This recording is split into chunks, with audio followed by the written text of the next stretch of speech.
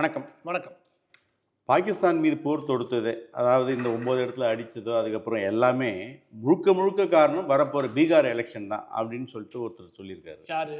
ஒரு பத்திரிகையாளர். பத்திரிகையாளர் பேரு கே ராதாகிருஷ்ணன். ஆர்கே ராதாகிருஷ்ணன் பொது பத்திரிகையாளரே கிடையாது. அது திமுகவுடைய ஒரு கைக்கூலி, இல்லாட்டி திமுகவுக்கு பிரச்சார பீரங்கி, இல்லை பிற திமுகவுக்கு வக்காலத்து வாங்குறாள், இல்லாட்டி திமுக மறைமுகமாக வேலை பார்க்குறாள். இப்படி வேணா சொல்லலாம். இந்த பத்திரிகைன்ற கும்பலுக்குள்ள ஒரு அணியை உருவாக்கி வச்சிருக்காங்க. எப்படி நீங்க மகளிர் அணி, வழக்கறிஞர் அணி மாதிரி திமுகவுக்கு திரைப்படத்துறையோட அணி, அதுக்கப்புறம் இந்த பத்திரிகையாளர் அணின்னு வச்சிருக்காங்க. அதுல தலைமை தாங்கி நடத்தக்கூடிய 2 பேர் இருக்கான்னு வச்சுக்கோங்க. ஒன்று நம்ம ஹிந்து ராம், இன்னொன்று ஆர்கே ராதாகிருஷ்ணன். இந்த ஆள் பேசுறது நீங்க எப்படி இருக்கீங்கன்னா பத்திரிகையாளர் வட்டத்தில் எடுக்கக்கூடாது. இந்த மாதிரி ஆளுகள் பேசுறது எல்லாமே திமுக என்ன பேச விரும்புதோ அதை வேறொரு வட்டத்தில் இவங்க பேசிக்கான்னு வச்சுக்கோங்க. கருப்பாளி ஒருத்தர் பேசுறாங்க, அவன் ஒரு ஏரியாவில் பேசிக்கிறான். அதே மாதிரி இந்த ஆள் இப்போ இந்த கருணாஸ் பேசினார், அதை மாதிரி எடுத்துக்கலாமா? என்ன பேசினாங்க? கருணாஸ் என்ன பேசினார்னா, நம்ம முதல்வர் அவர்கள் வந்து ஒரு 5 கிலோமீட்டர் வாக்கிங் போனார், நடந்து போனார். அது நடந்து போன உடனே சீஸ்ஃபயர் வந்துடுச்சு, போரே நிறுத்திட்டாங்க. ஆமாம், கருணாநிதி 2 மணி நேரம் சாப்பிடாம படுத்தாரு, ஸ்ரீலங்காவில் போர் நிறுத்தினாங்க. அந்த கதை தான்.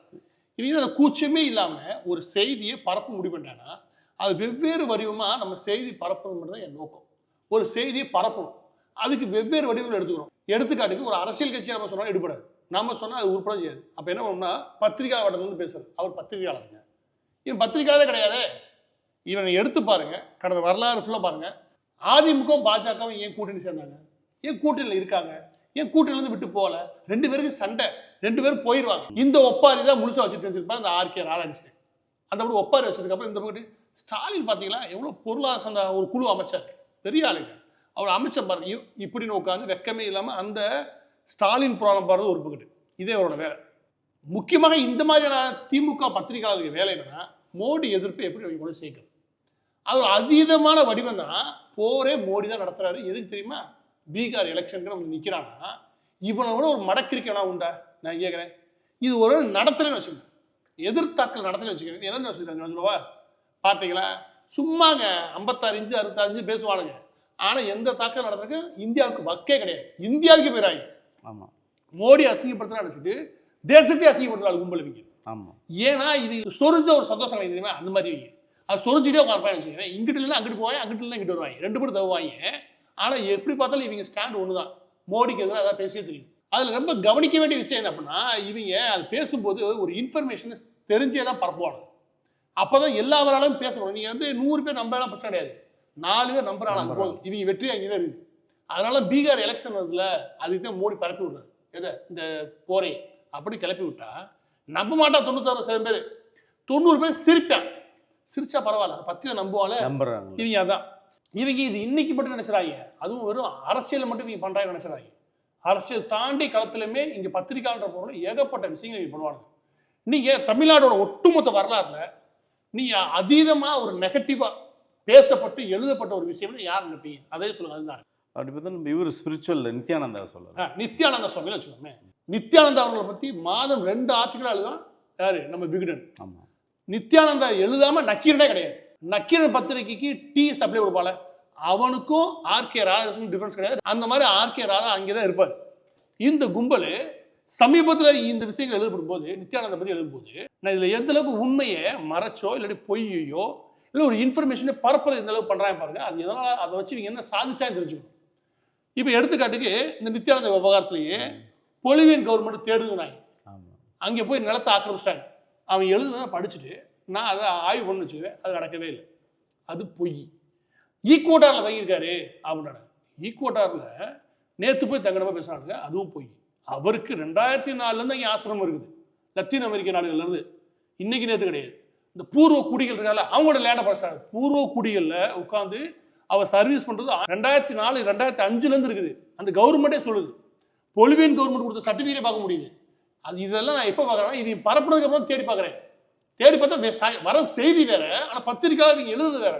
நான் என்ன சொல்ல வரேன் அப்படின்னா, நித்யானந்த விஷயத்தில் நீங்கள் அதீதமாக அந்த விஷயத்தை நீங்கள் நெகட்டிவாக இவங்க எழுதி பார்த்துருப்பீங்க. ஆனால் அதில் எதனால இவங்க இவ்வளோ இன்ஃபர்மேஷனை பொய்யா பரப்ப வேண்டியிருக்கு? இவங்க பத்திரிக்கையாளரே கிடையாது. இவங்களுக்கு ஒரு நோக்கம் இருக்குது. அது என்ன நோக்கம் அப்படின்னா, நித்யானந்த சுவாமியை பொறுத்த வரைக்கும் என்ன அப்படின்னா, அந்த ஒரு நபர் அடிக்கிற மூலமாக இங்கே எல்லா பேருக்கும் ஒரு செய்தி சொல்ல முடியும். அது என்ன அப்படின்னா, ஒன்றையும் அசிங்கப்படுத்துறேன் அப்படி சொல்லி அடக்கி ஒடுக்குறது இல்லையா, அது பத்திரிகையை வச்சே ஒடுக்குவானுங்க திமுக. இங்க இருக்கிற நீங்க நம்புங்க, எல்லா ஆன்மீக பிரிவு முக்கியமா இந்த இந்து சம்பந்தமான ஆன்மீக பிரிவு இருப்பாங்களா அவங்க யாருமே திமுக இதுக்கு பயப்படுவாங்க. ஏன் கேளுங்க, ஏன்னா அசிங்கப்படுத்துவாங்க. உன்னை என்ன வேணா அசிங்கப்படுத்துவாங்க. இதுல ஆரம்பிச்சு நான் ஒரு 6 மாசம் முன்னாடி தலைவர் ஆயிட்டாங்க திடீர்னு. அதுக்கப்புறம் இன்டர்போல் தேடுதுட்டாங்க. சர்வதேச அமைப்பகத்துல அவர் தேடப்படும் குற்றவாளி அறிவிச்சிட்டாங்க. அப்ப என்ன பண்ணோம், அப்ப நாங்க உண்மையில அவர் தேடப்படும் குற்றவாளி அப்படின்னு இன்டர்போலுக்கே கேட்டாங்க. அவங்க அப்படியான விஷயங்கள் நாங்க கொடுக்கறது கிடையாது. இது எங்களோட புரோட்டோகால்களே வராது. அவசியம் இல்லாம இந்த குற்றங்கள் இல்லாத ஒரு விஷயத்துக்கு நாங்க தனிநபர் மீது இது மாதிரி வாரண்ட் பிறப்பிக்கிறது கிடையாது. தேடப்படும் குற்றவாளியை நாங்கள் அறிவிக்கிறது கிடையாது. இவர் அறிவிக்கவும் கிடையாது. அதை தாண்டி ஒன்று இவர் ப்ரொடக்ஷன்ல இருக்கிற ஆளு. அதாவது எப்படின்னா சர்வதேச எல்லைகளை தாண்டும் போகும்போது இவங்களுக்கு பாதுகாப்பு தேவை அப்படின்னு கேட்பாங்களே, அப்படி கேட்கப்பட்ட நபர்கள் இவர் ஒரு ஆளா இருக்காரு. இன்டர்போல் என்ன செய்தி சொல்லுது, இவங்க என்ன பரப்புனாங்க, கூச்சம்லாம் பரப்புனாங்க. அதுக்கப்புறம் நீங்க ரீசெண்டாக பார்த்து விகடன் மட்டும் சொல்றேன், நக்கீரன் சொல்லவே தேவையில்லை. அந்த ஆள் பொழைக்கிற பொழைப்பு வச்சுக்கோங்க. விகடனை நீங்க விகடன் ஒரு பாரம்பரிய பத்திரிகை, அதுல இருக்க பத்திரிகையாளர் 3 மாசத்துக்கு முன்னாடி காசே இல்லாம திண்டாடுறாரு நித்யானந்தா. எல்லாமே போச்சு தமிழ்ல. அடுத்த 2 மாசத்துக்கு அப்புறம் அவரோட சொத்தெல்லாம் 3 பேர் பறிச்சுக்க முயற்சி பண்றாங்க. 2 தான் உண்மை இல்லையா? நீ எப்படி ஆர்டிகல் கூச்சமே இல்லாம இருக்கிற? ஒன்றும் இல்லவே இல்லை. இன்னொன்னு அவருக்கு திண்டாடுறாங்க. இன்னொரு கூட அவர் சொத்தெல்லாம் 3 அமைப்பா பிரிச்சு சண்டை போட்டுருக்காங்க. நான் அந்த முறை தேடும்போது தப்பு தெரிஞ்சது, அது எனக்கு தெரிஞ்சது. இந்த முறை தேடுறேன். அப்போ நான் இங்கே இருக்கக்கூடிய 26க்கும் மேற்பட்ட இடங்கள்ல அவங்க 24 அன்னதானம் போடுறாங்க. யாரு திருவண்ணாமலையில் எனக்கு தெரிஞ்சு ஒரே ஆசனம் 24 அன்னதானம் போடுறதுன்னு வச்சுக்கவேன். அது ஒரு சில ஆசிரமங்கள் உண்டு வச்சுக்கேன். சில முக்கியமான நாட்கள் அவங்க 3 லட்சம் பேர் வரைக்கும் அன்னதானம் போடுறாங்க. இங்கே திருவண்ணாமலையில் மட்டும் இப்படி 26க்கும் மேற்பட்ட இடம் இந்தியாவில். சர்வதேசம் முழுவதும் இந்த மாதிரி வேலை நடக்குதுன்னு வச்சுக்கவேன். அப்போ இவங்க ஃபுல் ஆக்டிவாக இருக்கும்போது அதுவும் அப்பட்டமா தெரிகிற ஒரு உண்மைக்கு எதிராகவே இவங்களாம் பொய்யை எழுத முடியுது. அது எப்படி எழுத முடியுது, புரியவே இல்லை. யாரும் தேட மாட்டாங்க. அதேதான் இன்ஃபர்மேஷனை பொறுத்த வரைக்கும் இவங்க யாரும் போய் பார்க்க போறாங்க, நம்ம எழுதுறதான் விஷயம், இவங்க கேட்கட்டும். இது நித்யானந்தா அவரோட விஷயத்தை எடுத்து நீங்க கேட்கறதால சொல்றேன். இது அவங்க சக்சஸ்ஃபுல்லா வெற்றி பெற்றதால மற்ற எல்லா விஷயத்தையுமே இவங்க இந்த விதமாக அழுவாங்க. அதுல இந்த ஆர்கே ராதா மாதிரி ஆளுங்க இவங்க இதான் வேலை 24 ஒவ்வொரு ஆளையும் பொறிக்கிறீங்க வச்சிருக்காங்க. இன்ஃபர்மேஷன் எந்த அளவுக்கு பரப்புறோம், அது உண்மையா இருக்குன்னு அவசியம் கிடையாது. நம்ம சொல்றது மக்களுக்கு காது கேட்கணும். ஒரு நாளைக்கு 10 நிமிஷம் செய்தி பார்த்தான்னு வச்சுவேன், அந்த 10 நிமிஷம் நம்ம சொல்றதான் கேட்கணும், மற்ற எதுவும் அவனுக்கு கேட்கக்கூடாது. அப்புறம் அவனுக்கு என்ன கிடைக்கும், உண்மை கிடைக்க வேண்டிய அவசியம் கிடையாது, நம்ம சொல்றது கேட்கணும். இது மாதிரி தமிழ்நாட்டில் செய்தி ஊடகங்கள் மீடியா மற்ற எல்லாத்தையும் கட்டுப்பாட்டில் வச்சு தான் சொல்றது மட்டுமே கேட்குற மாதிரி ஒரு கண்ட்ரோல் வச்சா பாருங்க. அதனால தேசிய கட்சிகள் வளரடாம பார்த்துக்கிறாங்க. நாங்கள் சொல்ற மட்டும் செய்தி, வேற எந்த செய்தி உங்களுக்கு வராது. இப்போ எனக்கு என்னன்னா, கிட்டத்தட்ட நம்ம திராவிட மாடல் எப்படின்னா, பாகிஸ்தான் வந்து சமீபத்தில் நம்மளோட ரோடு தளத்தை ஒன்று அடிச்சு துவம்சம் பண்ணிட்டேன் அப்படி பரப்பி விட்டானுங்க. பரப்பி விட்ட உடனே அவர் நம்ம பிரதமர் என்ன பண்ணார்னா, அதே ரோடு தளத்தில் போய் அதே இராணுவ அதிகாரிகிட்ட பேசிட்டு வந்தார். பேசி பதிலெல்லாம் பேசல, நாங்கள் உடைக்கலாம் பேசல. அப்போ எந்த அளவுக்கு சேட்டலைட்டு எல்லாம் அதெல்லாம் பரப்பினதுக்கு அப்புறம் சந்தோஷப்பட்டுருப்பாங்க. அது நடந்ததுக்கப்புறம் கணக்க மாட்டாங்க. இவங்க சூடு சூழலாம் இருக்காது. அந்த இடத்துல போய் ஒரு பேசிட்டார்ல, அதை எடுத்துலாம் போட மாட்டாங்க. நேற்று வரைக்கும் பரப்பிட்டு முடிஞ்சு போச்சு. நான் ஒரு 7 நாள் நம்ம முழுமையாக சீனாலாம் இருக்குன்னு வச்சுக்கோங்க. எடுத்து பார்த்தா அங்கே வந்து கூகுள் முழுமையாக தடை. அங்கே இருக்கிற லோக்கல் கூடிய டிக்டாக் போன்ற தளங்கள் இருக்குல்ல, அதில் பார்த்தா 24 வாரமும் மோடிக்கு எதிராக ஒரு செய்தி, அதுக்கப்புறம் எப்படி நாங்கள் சீனாவை காப்பாற்றுறது, சீனா எப்படி வலுவாக இருக்குது, இது மாதிரி செய்தி. இதையெல்லாம் பரப்புற அந்த செய்தி ஃபுல்லாக அப்படியே திமுக காரங்க பரப்பிட்டு இருக்காங்க. இங்கே வந்து பார்த்தா இல்லை அங்கே பரப்புற யார் பார்த்தா பாகிஸ்தான்காரன். அப்போ பாகிஸ்தான்காரன் திமுக காரன் ஒரே மாதிரி இருக்காங்க.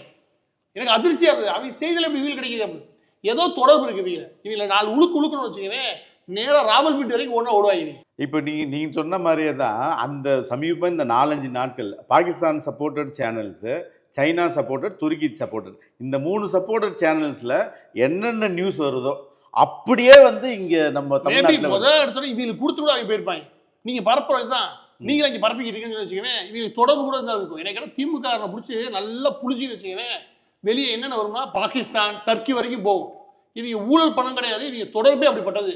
தேசத்துக்கு முழு துரோகியாக வாழ சொன்னால் இவங்க எவ்வளோ சந்தோஷம் வச்சுக்கோங்க. ஒரு பக்கம் வந்து கருணாஸ் என்ன சொல்கிறார், 5 கிலோமீட்டர் நடந்து போரை நிறுத்திட்டார். இன்னொரு பக்கம் அதோட கூத்து என்னன்னா, எடப்பாடி பிறந்த நாளுக்காகத்தான் போரை நிறுத்தினாங்க அதிமுக. எடப்பாடி பழனிசாமி பிறந்த நாள் வருது பாருங்க, அதெல்லாம் போரே நிப்பாட்டாங்க அப்படின்னு சொல்ற அளவுக்கு அவனுக்கு காமெடி சென்ஸ் இருக்கு பாருங்க. அது அந்த அளவுக்கு தான் இருப்பாங்க. இவங்க இப்படியே தான் வளர்ந்தவங்க, இப்படியே தான் இருப்பாங்க. யாரு அதிமுக. எனவே இதெல்லாம் சகிச்சுக்கலாம். அதிமுக பண்றது காமெடி அளவில் வச்சு சகிச்சுக்கலாம். நாங்கள் எப்படி பார்த்தாலும் அதிமுக தேசத்துக்கு எதிராக பேச கட்சி கிடையாது, அந்த மாதிரி நபர்களை அவங்க ஊக்குவிக்கிற ஆளும் கிடையாது. எனக்கு அந்த ஒரு விஷயத்துல மட்டும் மாற்றி பேசலாம்னு வச்சுக்கோங்க. அந்த ஒன்று தான் கொஞ்சம் இருக்கும். ஹிந்துக்கு எதிராக பேச மாட்டாங்க, இந்தியாவுக்கு எதிராகவும் பேசுறதுக்கான ஆளுகளை ஊக்குவிக்க மாட்டாங்க. ஜெயலலிதா அவர்கள் இருந்த காலத்திலும் சரி, எம்ஜிஆர் இருந்த காலத்திலும் சரி. இது காமெடி, பிரச்சனை கிடையாது. ஆனால் துரோகி இருக்காங்க பாருங்க, இவங்களாம் வெளுத்து வாங்கணும். ஒரு போரை அவமானப்படுத்தி ஒரு பத்திரிக்கையாளர் தன்னோட சுய தேவைக்காக ஒரு பிரதமர் நடத்துறாரு, வெளியில இருக்குன்னு சொல்றாங்க, பரவாயில்ல. நீ நாட்டுக்குள்ள உட்காந்து பேசுறது எப்படி இருக்கும்? இதே தான் அவன் சொன்னான். யாரு? இங்க பாகிஸ்தான். எதனால பண்றாரு மோடினா, தன்னுடைய அரசியல் பலத்தை உறுதிப்படுத்திக்கிறா அதை பண்ணிக்கிறா அவர் சொன்னார். அதை சொன்னதை இன்னொரு வருஷத்துக்கு பேசியிருக்காங்க. எனவே திமுக எந்த விதத்துல வேற சாயல் கிடையாது. பாகிஸ்தான் தேவை. பாகிஸ்தான்ல என்ன சாயல் இருக்கோ அதான் திமுக. யாராவது ஒரு தீவிரவாதி இன்னைக்கு நாட்டுக்குள்ள தப்பிச்சு போறதுக்கு ஒரு லேண்ட் தேவைன்னா திமுக ஆளுநோட தமிழ்நாட்டுக்கு வந்து வச்சு அங்கேருந்து தப்பிச்சு போறது எளிமை நினைப்பாங்க. அந்த லெவல்ல தான் இவங்க மோடி எதிர்ப்புன்ற போல நாட்டு எதிர்ப்புக்கே போயிட்டாங்க. நீ எந்தெந்த இடத்துல மோடியை எதிர்க்கணும், எந்தெந்த இடத்துல மோடியை பிரதமரா பார்க்கணுன்ற ஒரு வித்தியாசம் வேணாமா? அந்த அடிப்படை அறிவு கூட இல்லாத பத்திரிக்கையாளர் இருப்பான். அவனை பத்திரிக்கையாளர் உட்கார வச்சு ஒரு செய்தி சேனல் எடுத்தா அவன் எவ்வளவு பெரிய ராஸ்கலா இருப்பான். இப்போ எனக்கு ஆச்சரியமான விஷயம் என்னன்னா, திமுக அனைவருமே ஒரு 5 கிலோமீட்டர் வந்து, அதாவது மத்திய அரசாங்கத்துக்கு ஆதரவா இல்லை, இராணுவத்துக்கு ஆதரவா. ஆனால் அதுவே ஒரு சந்தோஷப்படக்கூடிய விஷயம் தான். இவங்க இப்படி தேசிய நீரோட்டில் கலந்துட்டாங்கன்னு எடுத்துக்கலாமா? இதை எப்படி எடுத்துக்கலாம்? இல்லை கொஞ்சம் ஓவராகவே பேசிட்டு ஆன்லைன் முழுவதுமா நம்ம சப்போர்ட்லாம் தெரிஞ்சிட போது தூக்கி போட்டு போர் முடிச்சதுக்கப்புறம் நம்ம மேலே போர் எவ்வளோ துரத்துட போகிறாங்க, தூக்கி போட்டு நம்ம நெஞ்சிலே மிதிக்க போகிறாங்க. இது தேவையில்லாத வேலை. நம்ம எச்சரிக்கையாக சரண்டர் ஆயிடும்ன்றதுக்காக தான் இது, வேற எதுவும் கிடையாது. ஏன்னா அங்கே முடிஞ்ச அடுத்த கதையோட இதெல்லாம் வேலை பார்த்தா ஐடி இடி வரிசை அனுப்பிட்டாங்க, குடும்பத்தோட உள்ள உட்காந்துருக்கணும். நம்ம இந்த நேரம் பார்த்து சரண்டர் ஆகிறதா ரைட்டு.